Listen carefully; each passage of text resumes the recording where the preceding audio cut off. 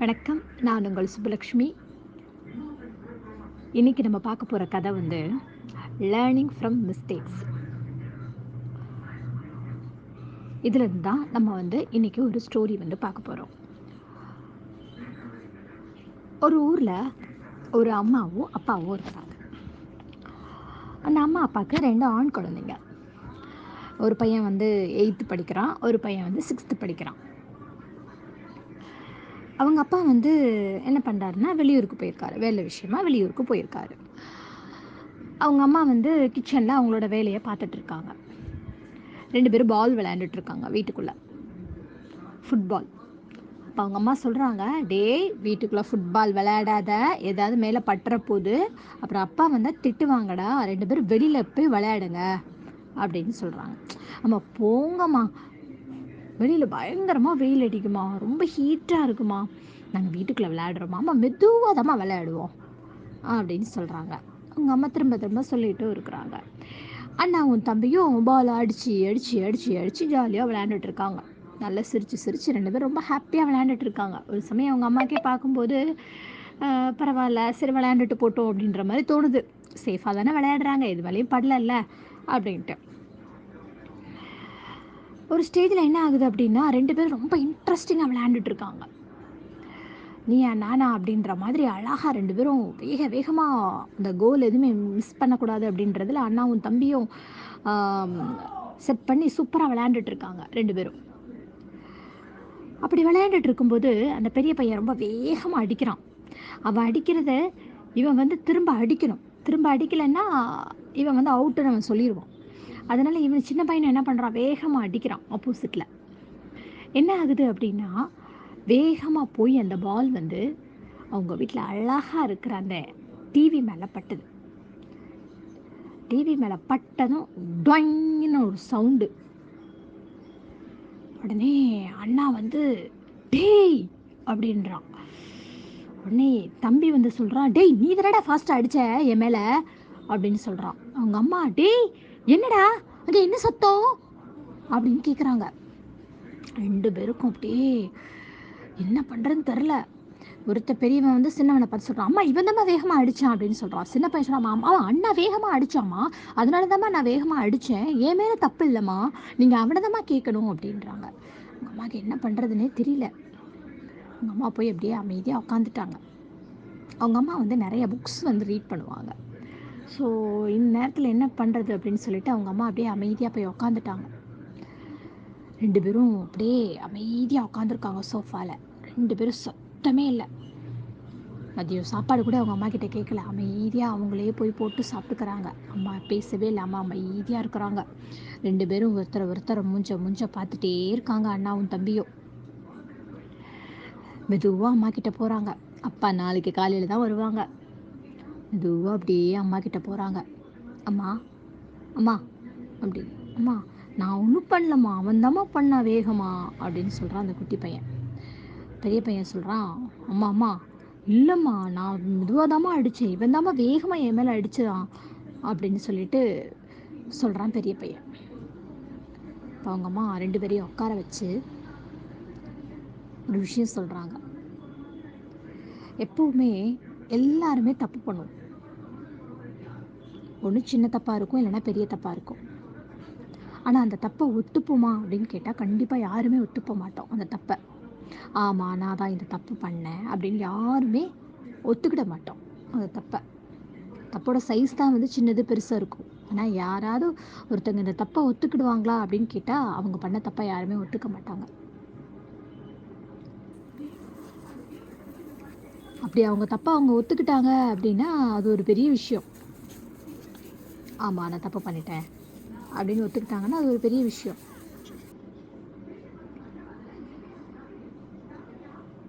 இப்போ என்ன ஆகுது அப்படின்னா, ஒரு விஷயம் நல்லா போயிட்டு இருந்துச்சு அப்படின்னா அந்த விஷயத்தை வந்து அதுக்கு வந்து நம்ம வந்து இது எடுத்துப்போம். ஆமாம் நான் தான் இந்த விஷயம் பண்ணேன், சூப்பராக போயிட்டுருக்குல்ல, நான் தான் இது இப்போ இதெல்லாம் எடுத்து பண்ணிகிட்ருக்கேன், இந்த வேலைகள்லாம் இப்போ நான் தான் ஒரு பிஸ்னஸாக இருந்தாலும் சரி, ஒரு ஏதோ ஒரு விஷயமா இருந்தாலும் சரி, ஒரு ஏதோ ஒரு ஃபங்க்ஷனுக்கு ஒரு ஒரு இதை எடுத்து ஒரு கேட்ரிங்காக இருக்கலாம், ஏதோ ஒன்று எடுத்து பண்ணுறதா இருந்தாலும் சரிலாம், அந்த பொறுப்பு நமக்கு கிடச்சிருந்தா அந்த விஷயம் நல்லா போயிட்டுருக்க வரைக்கும் நம்ம வந்து அதுக்கு கிரெடிட் எடுத்துப்போம். நான் தான் இதை பண்ணேன் அப்படின்னு சொல்லிட்டு. அதே ஒரு விஷயம் தப்பாக போயிடுச்சு அப்படின்னா அதுக்கு யாருமே கிரெடிட் எடுத்துக்க மாட்டாங்க. ஆமாம், நான் அது பண்ணேன், இது தப்பாகிடுச்சு, இதனால் நான் என்ன பண்ணுறது, சாரி அப்படின்றத யாருமே பண்ண மாட்டோம்.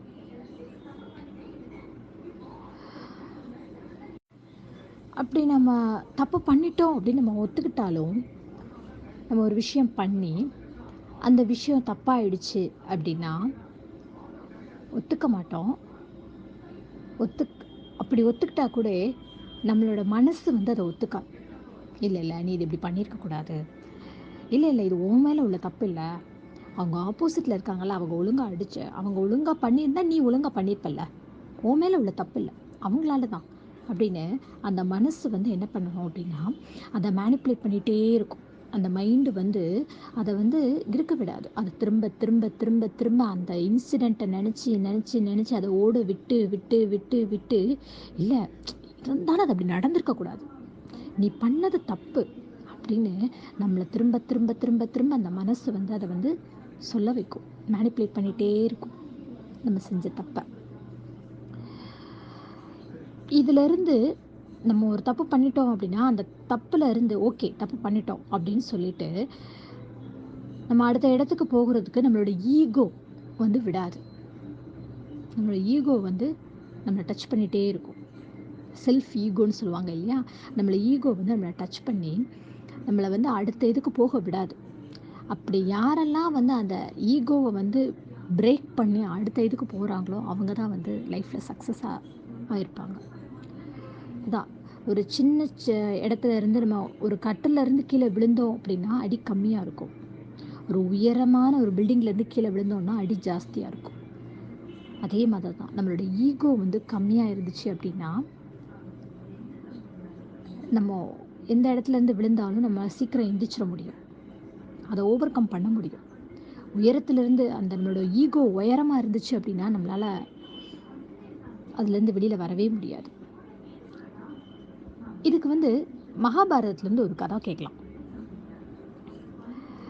துரியோதரன் வந்து யுதிஷ்டர் கட்டின அந்த மாளிகை, இந்திரபிரஸ்த மாளிகைன்னு சொல்லுவாங்க, அந்த மாளிகையை வந்து போய் பார்க்க போகிறார். அந்த மாளிகை ரொம்ப ரொம்ப ரொம்ப அழகுனா அப்படி ஒரு அழகு, பேரழகாக இருக்குது அந்த மாளிகை. அந்த மாளிகையை வந்து பார்க்க போகிறாரு. அப்போ பார்க்க போகும்போது அவர் பார்த்துட்ருக்கும்போது அந்த இடத்துல ஒரு குளம் இருக்குது. உடனே இதை எவ்வளோ அழகாக இருக்குது இந்த குளம் அப்படின்னு அதில் மெதுவாக போய் காலை வைக்க போகிறாரு. ஆனால் காலை போய் வச்சு பார்த்தா அது வந்து குளம் இல்லை, சமதளமான ஒரு பரப்பு தான். பார்க்குறதுக்கு அது குளம் மாதிரி செட்டிங்ஸ் மாதிரி இருக்குது, குளம் மாதிரி அமைப்பு இருக்குது, ஆனால் அது குளம் இல்லை. அப்படியே நடந்து போகிறாரு. கொஞ்சம் தூரத்தில் பார்த்தா இன்னொரு அழகான இடம், பார்க்குறதுக்கு ரொம்ப அழகாக சமதளமாக சூப்பராக இருக்குது. அதில் அவர் போய் காலை வைக்கிறாரு. பார்த்தா அது ஒரு குளம், கீழே விழுந்துருவார். ஸோ சுற்றி இருக்கிறவங்க எல்லாரும் துரியோதரனை பார்த்து சிரிக்கிறாங்க. அப்போ சிரிக்கும்போது துரியோதரனுக்கு வந்து இப்படி ஒரு கோபம், எல்லாருமேலேயும் அவனுக்கு அவ்வளோ பெரிய ஒரு கோபம். எல்லோரும் வந்து விளையாட்டுக்காக தான் சிரிக்காங்க. ஒருத்தங்க கீழே விழும்போது நமக்கு எல்லாருக்குமே என்ன டப்புன்னு ஒரு சிரிப்பு தான் வரும், ஹான்னு ஒரு சிரிப்பு வரும். அது மாதிரி தான் எல்லோரும் சிரித்தாங்க. ஆனால் அவங்களுடைய சிரிப்பு வந்து அவனோட ஈகோ வந்து டச் பண்ணது. அவனுக்கு ஈகோ வந்து ஜாஸ்தி துரியோதரனுக்கு. அந்த ஈகோ அதிகமாக இருக்கிறதுனால அவன் என்ன பண்ணுறான், திரும்ப திரும்ப அவனை சுற்றி எல்லாரும் நம்மளை பார்த்து சிரித்தாங்கல்ல அன்றைக்கி நம்ம விழும்போது, நம்ம அது எப்படி அந்த இடத்துல காலை வச்சு விழுந்தோம்ல, அவன் இந்த மாதிரி கட்டியிருக்கான்ல அந்த இடத்த, நம்ம விழணுன்னு தானே அவன் கட்டியிருக்கான், நம்மக்கிட்ட முன்னாடியே சொல்லியிருக்கலாம்ல, எல்லாரும் சிரித்தாங்கல்ல நம்மளை பார்த்து அப்படின்னு அவன் வந்து அதை ஓட்டி ஓட்டி ஓட்டி பார்க்குறான். அவனோட மனசுக்குள்ளே ஓட்டி ஓட்டி பார்த்து பகையை வளர்த்துக்கிறான் அவனோட மனசில். அந்த இடத்துல அவனோட ஈகோ வந்து அதிகமாக இருக்குது. ஈகோ அதிகமாக இருக்கனால அவனுக்கு வெறுப்பு, காழ்ப்புணர்ச்சி எல்லாமே வந்து என்ன இருக்குன்னா அதிகமாக இருக்குது. இதுவே வந்து அவன் பாண்டவர்கள் மேலே போர் செய்கிறதுக்கு ஒரு பெரிய காரணமாக அமையுது. ஓகே, இந்த ஈகோவை எப்படி ஓவர் கம் பண்ணுறது, இந்த இதை வந்து இந்த மிஸ்டேக்ஸ் பண்ணிட்டோம் அப்படின்னா அதுலேருந்து நம்ம எப்படி அதை ஓவர் கம் பண்ணி வெளியில் வர்றது, அப்படின்னா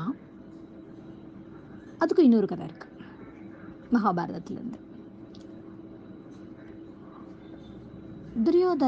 துரியோதரனோட கதையை நம்ம இப்போ பார்த்தோம். அடுத்தது யாருன்னா பீமன். பீமனுக்கும் ஜராசந்தனுக்கும் சண்டை நடக்கு.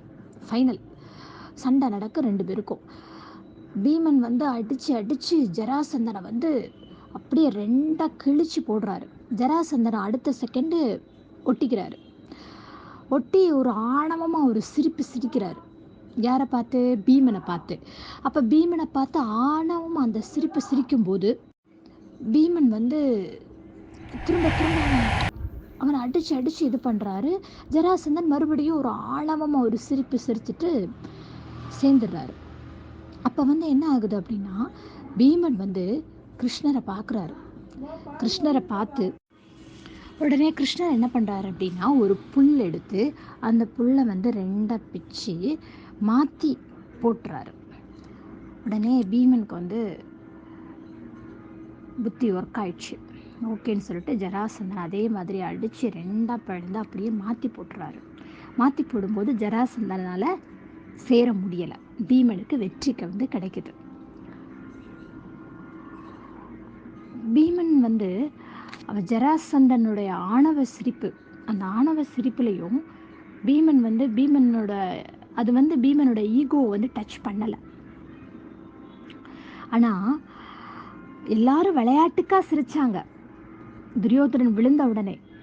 ஆனால் அந்த சிரிப்பு வந்து அவனோட ஈகோவை டச் பண்ணுச்சு. அவனால் அதுலேருந்து ஓவர் கம் பண்ணி வெளியில் வர முடியலை. துரியோதனன் என்ன பண்ணான் அப்படின்னா, அதுலேருந்து ஓவர் கம் பண்ணி வெளியில் வந்தான். அதுக்கு யார் அப்படின்னா, அதுக்கு வந்து நம்ம என்ன பண்ணணும் அப்படின்னா, இப்போ நம்ம ஒரு பிரச்சனையில் இருக்கிறோம் அப்படின்னா அதை ஓவர் கம் பண்ணி அதை வெளியில் வரணும். ஒரு இது தப்பு பண்ணிட்டோம், ஏதோ ஒன்று பண்ணுறோம், ஒரு பிஸ்னஸோ ஏதோ ஒன்று பண்ணுறோம், அதில் தப்பு பண்ணிட்டோம் அப்படின்னா நம்ம என்ன பண்ணணும் அப்படின்னா, அந்த தப்பை முதல்ல ஒத்துக்கணும். ஓகே, நம்ம தப்பு ஆயிடுச்சு, நெக்ஸ்ட்டு என்ன பண்ணலாம் அப்படின்னு சொல்லிட்டு அதுலேருந்து வெளியில் வரணும். அப்படின்னா நம்மளை விட தெரிஞ்ச ஒரு குருவோ ஒரு மென்டரோ நம்மளை விட பெரியவங்களோ அவங்க கிட்ட போய் நம்ம வந்து ஹெல்ப் கேட்கலாம். ஹெல்ப் கேட்குறத பற்றி தப்பு இல்லை. ஸோ அவங்க வந்து அந்த விஷயத்தை வேற ஒரு ஆங்கிளில் பார்த்து நமக்கு ஒரு சொல்யூஷன் வந்து தரலாம். இப்போ வந்து பீமன் வந்து என்ன பண்ணுறாரு, அந்த ஒரு குரு, ஒரு மென்டர், ஒரு குருவை வந்து தேடி பார்க்குறாரு அவரை. ஸோ அதனால் அவருக்கு ஈஸியாக சொல்யூஷன் கிடச்சிது. துரியோதரன் வந்து இதை வேற யார்கிட்டயோ ஷேர் பண்ணியிருக்கலாம். எதுவுமே இது பண்ணாமல் தன்னோட ஈகோவனால அவர் வந்து என்ன பண்ண கடைசியில் அழிவை தான் சந்திச்சார். தப்பு பண்ணிட்டோம் அப்படின்னா அந்த தப்புலேருந்து வெளியில் வரணும் அப்படின்னா அடுத்து என்ன பண்ணணும்? ஓகே, இது தப்பு பண்ணியாச்சு, நெக்ஸ்ட்டு இதுலேருந்து நம்ம எப்படி வெளியில் வர்றது அப்படின்ற முயற்சியை வந்து எடுத்து அதுலேருந்து வெளியில் வரணும். அதை விட்டுட்டு அதை ஓட்டி பார்த்து யாருக்கிட்ட எந்த ஹெல்ப் கேட்காம இருந்தால் நம்ம மிஸ்டேக்ஸ் மட்டும்தான் பண்ணிகிட்டே இருப்போம். அதிலிருந்து வெளியில் வர்றவங்க மட்டும்தான் சக்ஸஸ் பீப்புளாக வந்து இருக்க முடியும். இந்த இது கூட தெரியும். அதுலேருந்து நம்ம எப்படி வெளியில் வர்றது அப்படின்னா, அப்போ நம்ம மிஸ்டேக்ஸ் பண்ணாமல் இருக்கணும்னா நம்ம எந்த வேலை செஞ்சாலும் அதில் ஒரு அவேர்னஸ் தான் ரொம்ப முக்கியம். ரொம்ப அவேர்னஸாக செய்யணும். மிஸ்டேக் வரலாம், மிஸ்டேக் இல்லாமல் இருக்காது. மிஸ்டேக் நிறையா பண்ண தான் நிறைய ஆப்பர்ச்சுனிட்டிஸ் வந்து நமக்கு கிடைக்கும். நிறைய நம்ம லேர்ன் பண்ணிக்க முடியும். இந்த வாட்டி இது தப்பு வரட்டும், நெக்ஸ்ட் அடுத்து இது பண்ணக்கூடாது அப்படின்னு சொல்லிட்டு நமக்கு வந்து ஒரு அவேர்னஸும் இருக்கணும். நமக்கு வந்து நிறைய கற்றுக்கவும் முடியும். ஸோ இதுதான் லேர்னிங் ஃப்ரம் மிஸ்டேக்ஸ். எல்லாருமே ஏதாவது ஒரு தப்பு பண்ணியிருப்போம், அதுலேருந்து நம்ம நிறைய லேர்ன் பண்ணியிருப்போம். ஸோ நம்ம ஏதாவது தப்பு பண்ணால் கூட நமக்கு ஒரு மேலே இருக்க குரு, மென்டர் இவங்கக்கிட்ட ஹெல்ப் கேட்டு அதை எப்படி ஓவர் கம் பண்ணுறது அப்படின்றதையும் நம்ம கற்றுக்கணும். ஏன்னா இப்போ இருக்க இளம் பசங்க பொண்ணுங்களாக இருந்தாலும் சரி, ஃபேமிலி மெம்பர்ஸாக இருந்தாலும் சரி, ஏதாவது ஒரு தப்பு பண்ணிட்டா அதை யாருக்கிட்டேயும் ஷேர் பண்ணுறதே கிடையாது. தனக்குள்ளேயே வச்சு இது பண்ணிக்கிறாங்க. கண்டிப்பாக அவங்களுக்குன்னு ஒரு குரு, மென்டர், அவங்க குடும்பத்தில் உள்ள பெரியவங்க அவங்கக்கிட்டலாம் வந்து ஷேர் பண்ண இது வந்து கற்றுக்கிட்டு அதுலேருந்து எப்படி வெளியில் வரணும் அப்படின்றத வந்து நம்ம இது பண்ணணும். இன்னொரு நாள் இன்னொரு கதையுடன் உங்களை நான் சந்திக்கிறேன். அதுவரை உங்களிடமிருந்து விடைபெறுவது உங்கள் லக்ஷ்மி.